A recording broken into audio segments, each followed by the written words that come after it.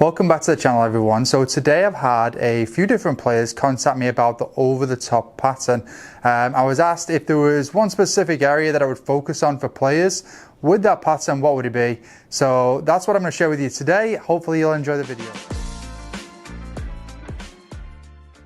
Thanks once again for tuning in today. So before we go into the main content of the video, in which we're going to look at the over-the-top pattern and how we can help players with that pattern to improve the hand path and club delivery, I want to just share with you all that I now have a little indoor space. So I'm going to be doing more online lessons. So if online work on your game with a coach interests you, if you would like to work with me but you can't get to Orlando, Florida as frequently as you would like to, then maybe check out the online options that I have at ianmellorgolf.com.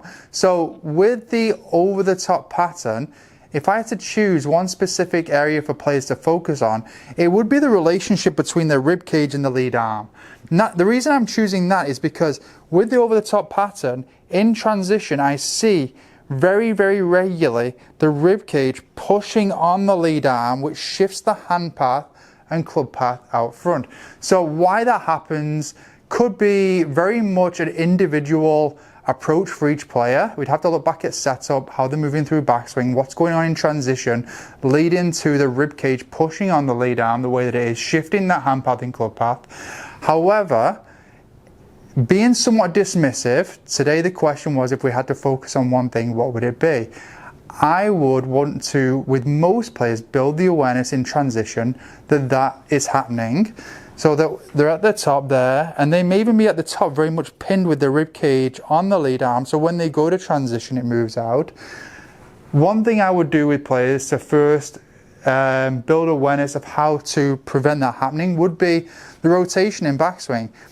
If, as I mentioned, throughout backswing, the player is getting to a position where there's too much, let's just say, pressure, or the lead arm is too much on the rib cage, that's not going to help in transition when the rib cage goes to move.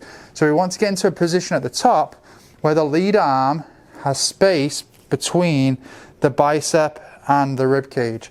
That way, when the rib cage goes to move, we're closing the gap. We're not already in a position where there's no gap there and the lead arm is getting pushed out in front. So we want to make sure in backswing we're rotating into a place where there's already space between the lead arm and the rib cage. So that's the first thing I would want to encourage for players.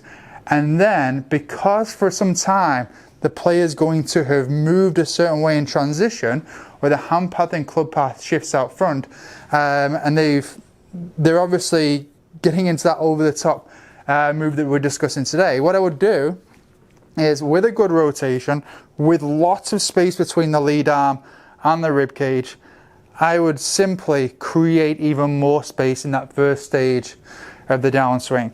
I would use the space that I've created with a good rotation to allow my arms, hands and club to move into it. Okay, so that's the second thing that I would do.